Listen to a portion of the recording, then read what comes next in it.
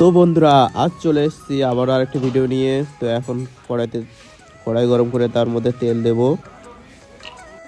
এবং তেল দেওয়ার পর তারপরে দেব শুকনো লঙ্কা ও জিরে ফোড়ন। তো রান্না করব লাউ, তার জন্য শুকনো লঙ্কা ও জিরে ফোড়ন দেওয়া হয়ে গেছে। এরপরে দেব কাঁচা লঙ্কা। তো কাঁচা লঙ্কা দেওয়ার পরে তারপর এক এক করে লাউটাও দিয়ে দেবো ওর ভিতরে। লাউটাও কড়াইতে দেওয়ার পরে লাউটা যতক্ষণ না হচ্ছে ততক্ষণ পর্যন্ত কষাতে হবে।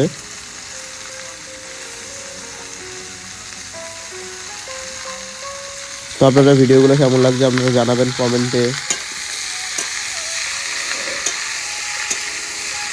এবং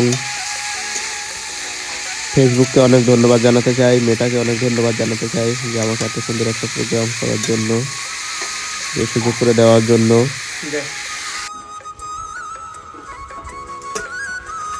এরপর লাউটাকে ঢাকা দিয়ে কিছুক্ষণ রাখার পর তারপরে আবার একটু সিদ্ধ হয়েছে কিনা দেখতে হবে।